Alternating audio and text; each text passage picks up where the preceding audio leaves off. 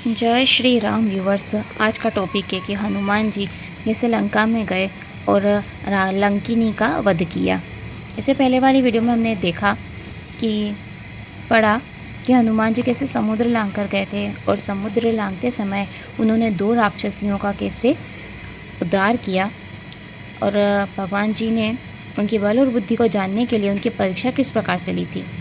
अब हनुमान जी समुद्र को लांघ करके लंका में प्रवेश करते हैं, तब उन्हें लंकिनी मिलती है। चलिए आइए हम आज की कथा शुरू करते हैं।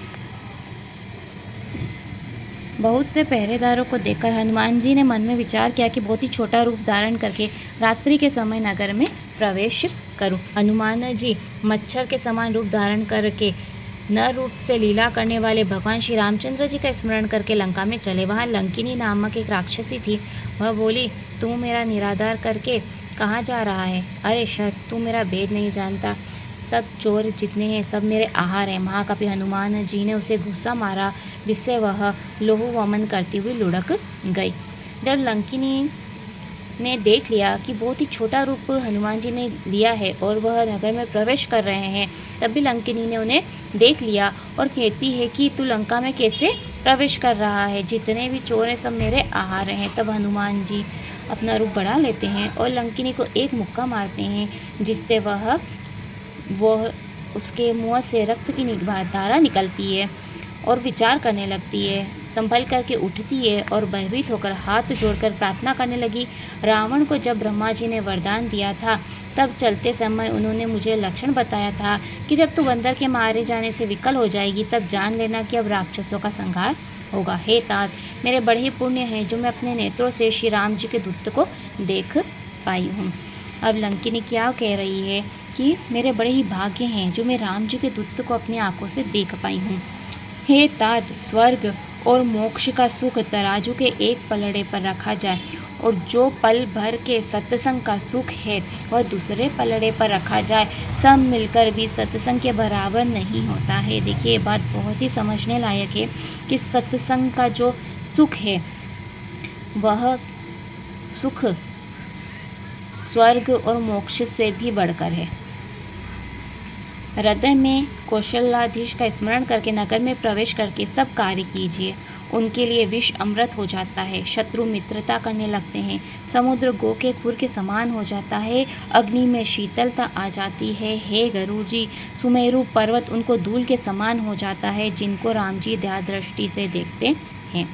हम भी यह अपने जीवन में अनुभव कर सकते हैं कि हम पर भी भगवान जी की कृपा है या नहीं।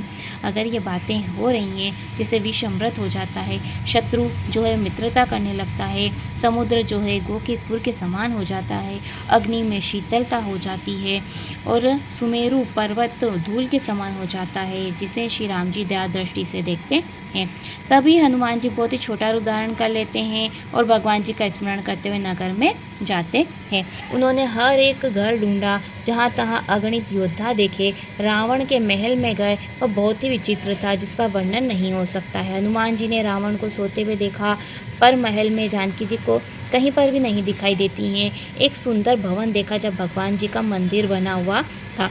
रामचंद्र जी के आयुध धनुष बाण से चिन्हित व सुंदर भवन की शोभा का वर्णन नहीं किया जा सकता। वहाँ तुलसी जी के वृक्ष समूह को देखकर हनुमान जी बड़े ही प्रसन्न हुए।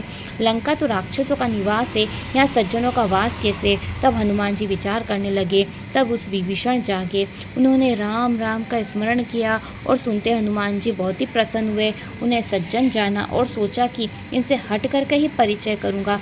साधु जन से कार्य की हानि नहीं होती है। ब्राह्मण का रूप धर कर हनुमान जी ने वचन सुनाया और सुनते ही विभीषण उठ करके वहाँ आए, प्रणाम करके कुशल पूछी। कहा कि हे विप्र, अपनी कथा समझा करके कहिए कि आप हरि भक्तों में से कोई हैं, क्योंकि मेरे हृदय में बहुत ही प्रीति उत्पन्न हो रही है, अथवा आप श्री रामचंद्र जी के चरणों के कोई प्रेमी हैं जो मुझे बड़भागी बनाने आए हैं। तब हनुमान जी ने सारी कथा कर करके अपना नाम बतलाया और सुनते ही दोनों के शरीर पुलकित हो गए। राम जी के गुण समूह का स्मरण करते हुए दोनों के मन प्रेम में मग्न हो गए। इसी प्रकार से हनुमान जी ने विभीषण को दर्शन दिए और अपना परिचय बतलाया। आज की कथा हम यहीं पर ही समाप्त करते हैं। आने वाली वीडियो में पढ़ेंगे कैसे विभीषण सीता माता जी के बारे में बतलाते हैं और हनुमान जी कैसे माता सीता के पास जाते हैं, उन्हें मुद्रिका देते हैं। आप मेरे साथ राम कथा में जुड़ जाइए। जय श्री राम।